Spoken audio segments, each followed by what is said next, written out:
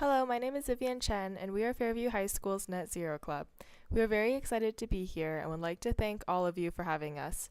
We would especially like to thank Miss Wendy Dew for all of her efforts to recognize us and arrange such a nice day for us here. It's a huge honor to receive the Presidential Environmental Youth Award and to have the opportunity to talk to such a distinguished group of environmentalists.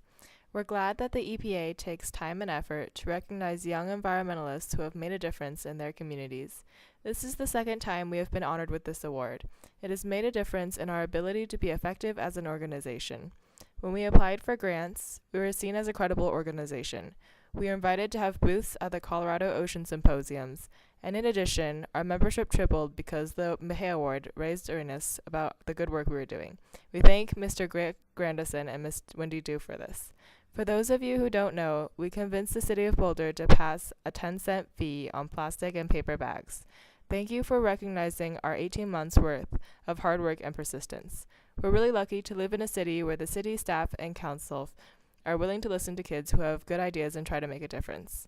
You can be assured that just by recognizing us, we are able to have more credibility in the environmental community and spend more of our time changing the world around us rather than proving ourselves. We are proud to be the Region 8 recipients of this award and are committed to representing Region 8 as well. Thank you.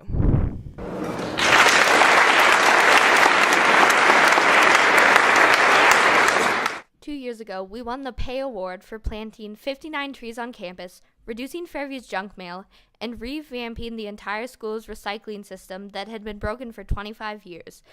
We are excited to be back here again for the second time winning the Pay Award. The reason why we have been so successful is not brilliance as much as it is persistence. We essentially revamped Fairview's recycling system by rearranging standalone garbage and recycling bins into stations. Not complicated. But nobody fixed it for 25 years because of the bureaucratic hurdles that existed. Just to move around bins, we had to get permission from the head custodian, the school administration, Boulder School, Boulder Valley District Maintenance, and a local recycler. Moving the bins took 2 days.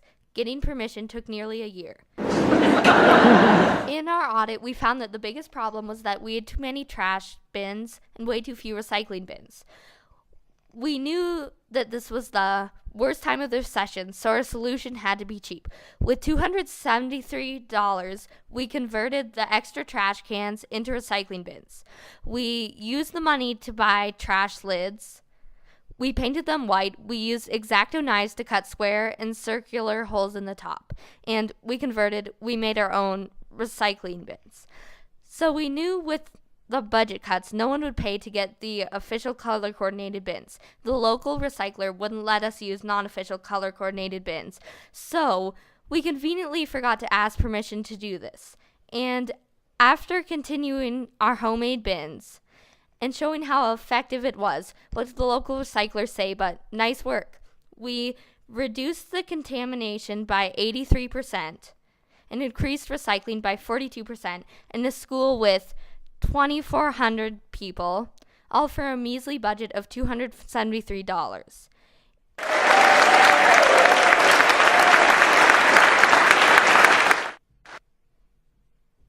Even after increasing the school's recycling output, we still couldn't get a bigger recycling dumpster for months. So a lot of the recycling was just going in the garbage dumpster. So we spoke to the custodial staff and sent them to the recycling overflow next to the recycling dumpsters. So the haulers had to load these by hand, and not surprisingly, within a couple weeks, we got an additional recycling dumpster. Through this project, we learned how to audit and improve waste systems. Most importantly, we learned how to work our way through these bureaucratic hurdles. The more layers we work through, the more we realize that the ones who are willing to change the system are the ones who are willing to persist through these obstacles. And that had to be us.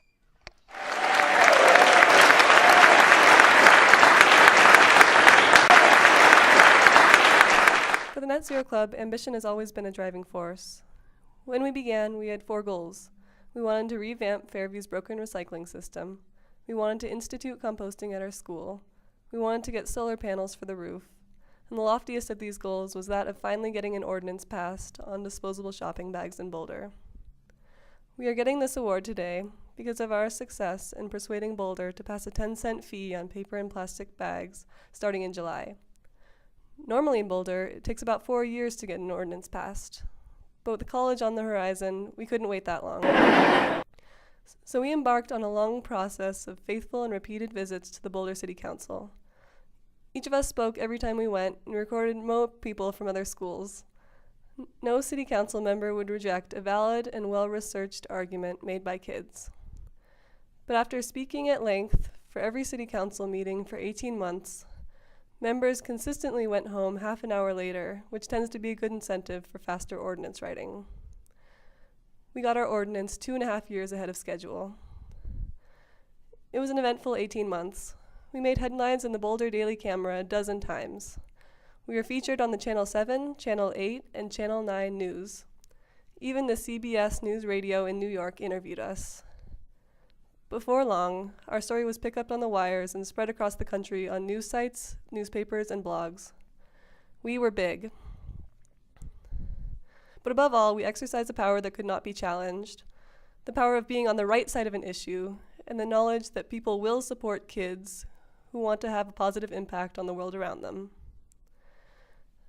Now, we did all this fueled by merely our own passion and ambition. Our budget was the price of stamps for the 14 letters to the editor we wrote. $6.14 was the cost of reducing 10 million bags from the waste stream in our environment and raising $400,000 for the Boulder recycling initiatives. We understand that the EPA is facing a significant budget cut with the sequester, but we make this point to illustrate the fact that we can all make a difference with just our pocket money if our belief in our cause compels us to do so.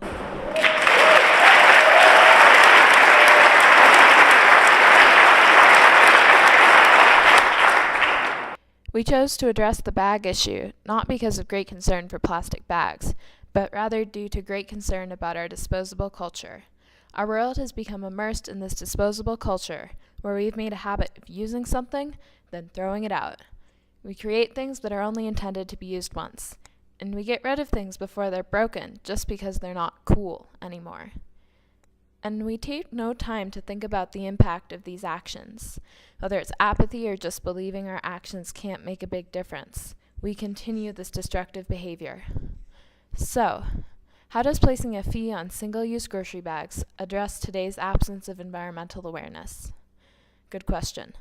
So, plastic and paper bags aren't just harmful sources of pollution. They are an aspect of our everyday lives that's come to symbolize our disposable culture of convenience.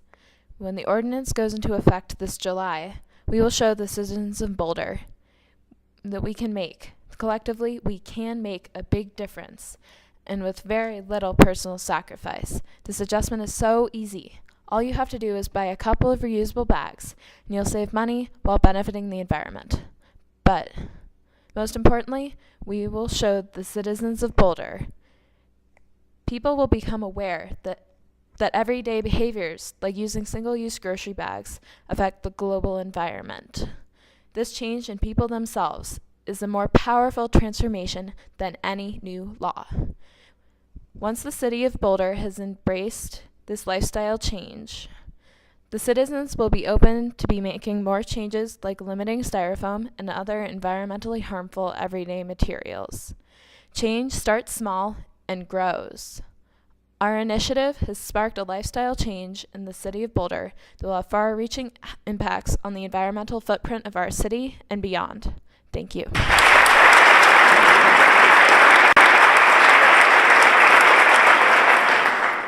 As a 6th grader, I joined the Fairview Net Zero Club because I wanted to make a difference. My heroes aren't found on a football field, on television, or in Washington. Mine are found right here in the EPA Region 8 headquarters. Luke Chavez and Greg Oberle are my heroes because they took the lead in listening to people about fracking and pavilion and brought the issue to the forefront. It is these kind of leaders that make EPA the best. It is these kind of leaders that make Region 8 the best EPA office in the country. There are many issues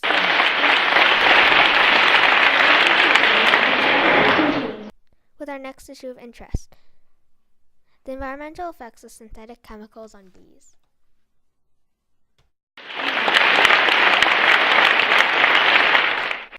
Plastic bags are the least of our environmental problems when we live in a world whose food supply is in great danger. Honeybees are disappearing across the country. Beekeepers are losing 30 to 50% of their hives each year, and the likely culprit is the fastest growing class of insecticides, neonicotinoids. These pesticides are systemic, so instead of wearing off after a while, they are absorbed by the plant and incorporated into the soil. Neonicotinoids are thought to be the main cause of the disappearance of bees. This is no small matter. 1/3 of the food we eat is pollinated by honeybees. Clothianidin is a neonicotinoid that is used on millions of acres of American farmland, and many studies link it to bee die-offs. Neonicotinoids, when applied to plants that honeybees pollinate, can cause bees to become disoriented, and often they cannot return to their hives. After France, Germany, Slovenia, and Italy suspended the use of clothianidin and other neonicotinoids, their honeybee populations quickly rebounded. After learning about this pressing issue, the Net Zero Club decided to become beekeepers and advocate for the banning of clothianidin. If honeybees continue to die and can no longer pollinate our food supply, we could end up like China, where the overuse of harmful pesticides eradicated the honeybee and forced farmers to pollinate by hand. Banning neonicotinoids worldwide would allow honeybee populations to rebound, preventing the current food insecurity problem from worsening. In the U.S. alone, 15% of the population doesn't know if they will have food from one day to the next. In a world of 7 billion people, we can't afford to waste any part of our precious planet.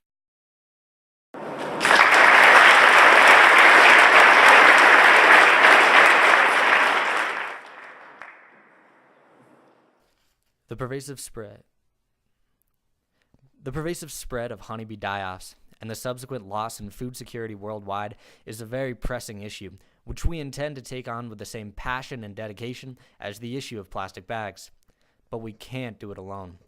This is a global issue, requiring the persistent work of many dedicated individuals, perhaps requiring confrontation with multi-billion-dollar corporations.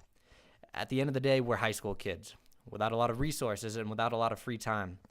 And when it comes to an issue like this, our power is very limited.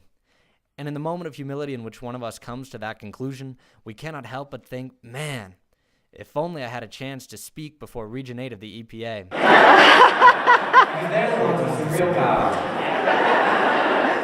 Our world is slipping into a climate of rapid and reckless innovation. Driven by the lure of profit and empowered by progress in science and technology, people are becoming more and more capable of altering the world we live in. Perhaps we are unlocking power, which we do not yet have the discipline to yield. And so with nothing but respect and admiration for this organization, I implore you to be the voice of reason in an aggressively fast-paced and capitalistic world. I implore you to be the ones that ask not what is possible, but what is right. For while freedom is among the most fundamental values of our country, the notion of freedom is too often translated strictly into unbridled free market capitalism, when in reality, the freedom to live in a world with clean air and clean water and healthy plants and animals and ecosystems is just as vital as the freedom to make money. Even on the small scale we're working, we've already obtained some sense of the tedium of bureaucracy. I can only imagine the frustration some of you must feel after years of having your ambitions curtailed by logistics and loopholes. But I urge you to push through the bureaucracy because you might be the only one willing to do so. We hope somebody watching this speech will be willing to reassess the current registration status of clothianidin. We hope the U.S. will be able to follow the example of France, Germany, and Italy and take systemic pesticides off the market unless they can definitively be proven safe. The stakes are too high to do otherwise. Thank you.